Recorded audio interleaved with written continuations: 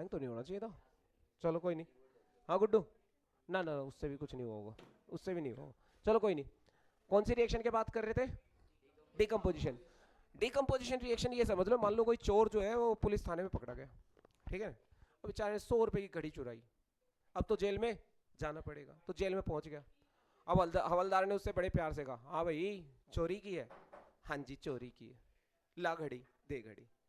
आंखों आंखों में इशारे में केस सॉल्व, थोड़ी सी एनर्जी लगी, चोर टूट गया, काम बन गया, बन गया नहीं बन गया? अब अगले केस में चोर ने जो है सोने की चेन चुरा रखी थी, अब कैसे दे दे? तो वही चोर दोबारा पकड़ेगा, हाँ भाई चोरी की? ना जी ना, चोरी ऐसे कैसे चोरी, फटाक, हाँ जी की है, ये लो चैन। थप्पड़, थप्पड़ माने कौन सी वाली? गरम वाली, यानी कि थर्मो, हीट दी। तीसरे वाले केस में भाई ने बैंक की चोरी कर लिया, है ना, सीसीटीवी कैमरे थे नहीं, बंदा पकड़ा नहीं जा रहा था, बोले चोरी की है? नहीं, फटफट चोरी की है? नहीं, नहीं की, नहीं की। बोले रुक, चल भाई 3rd डिग्री, इलेक्ट्रिसिटी, मेरे घर में 14th फ्लोर के नीचे जो है सारा खजाना छुपा पड़ा है।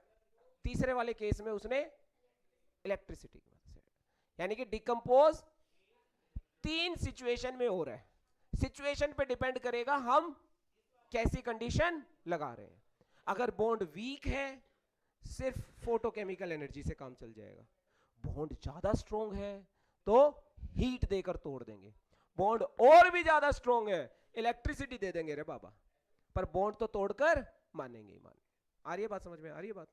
तो ये जो अलग अलग हम कंडीशन अप्लाई करते हैं, ये कंडीशन किसके बिहाफ पर अप्लाई करते हैं? कंपाउंड के बिहाफ पर।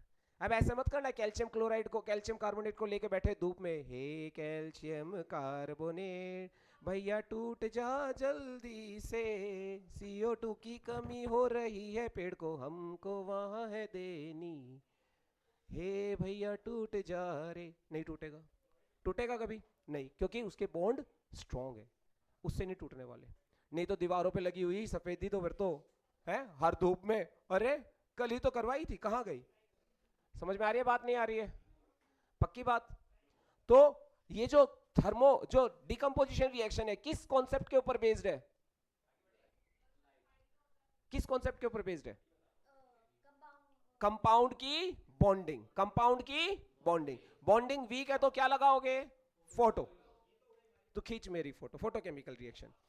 और अगर बॉन्ड थोड़े से स्ट्रॉन्ग है तो हीट, थर्मो, और अगर बॉन्ड और भी ज्यादा स्ट्रॉन्ग है तो इलेक्ट्रिसिटी। इनके 3 नाम होते हैं, इन तीनों नामों में लास्ट में लगता है लाइसिस। क्या लगता है? कितना प्यारा सा वर्ड लग रहा है ना। अब बोलो पैरालाइसिस, लग रहा है अच्छा सा? नहीं, पैरालाइसिस मतलब जिसमें पैर काम नहीं कर रहे, पैर टूट गए हैं, है ना।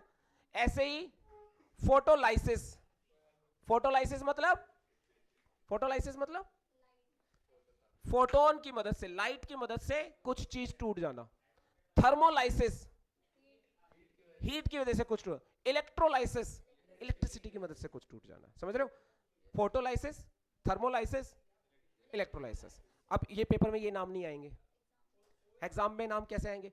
Photo chemical decomposition, PCD, photo chemical decompo, यानी कि लाइट की मदद से कुछ टूटना। थर्मो केमिकल डिकम्पोजिशन, यानी कि हीट की मदद से कुछ टूटना। इलेक्ट्रोकेमिकल डिकम्पोजिशन, इलेक्ट्रिसिटी की मदद से कुछ टूटना। और क्या टूटना? बॉन्ड। यहां पर बड़े मॉलिक्यूल होंगे, टूटकर छोटे मॉलिक्यूल में कन्वर्ट हो जाएंगे, कंपाउंड में कन्वर्ट हो जाएंगे। Is it clear? अगली चीज क्या आ जाती है हमारे पास? Displacement reaction. डिस्प्लेसमेंट रिएक्शन में एक बहुत सिंपल सी बात कही जाती है कि strong highly reactive element less reactive element को उसकी जगह से क्या कर देता है? डिस्प्लेस। क्यों?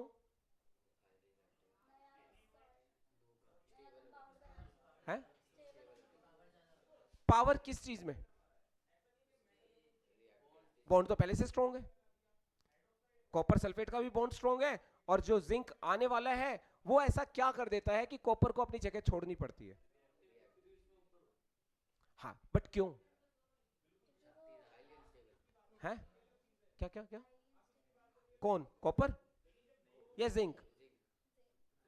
अब इसी बात पे ध्यान देना कि कौन क्यों ऐसा हो रहा है कि रिएक्टिविटी सीरीज में जिंक ऊपर है और कॉपर नीचे है।